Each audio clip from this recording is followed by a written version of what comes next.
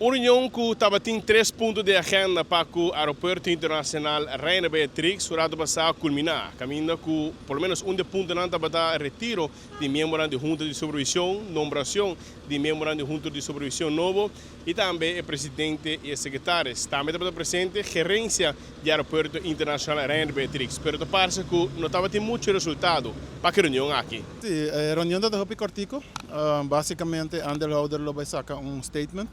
Riba a decisão eigenlijk não dá nenhuma decisão આવે, dus dan te postponen agora a vergadering e ele saca statement riba sai. Dus, tu consegue intacto nenhuma nombração, nenhum para trabalhar. Correto, tudo costa que é normal. Pendiente para a eleição do Ministro de Turismo, Mr. Wendel Cecília, mas pelo menos aqui não tem nenhuma decisão ainda para a Junta de Supervisão do Aeroporto Internacional Rainha Beatrix. Governo ali, número de Brian Coleman para 24horas.com. Nós está a prometer de notícia.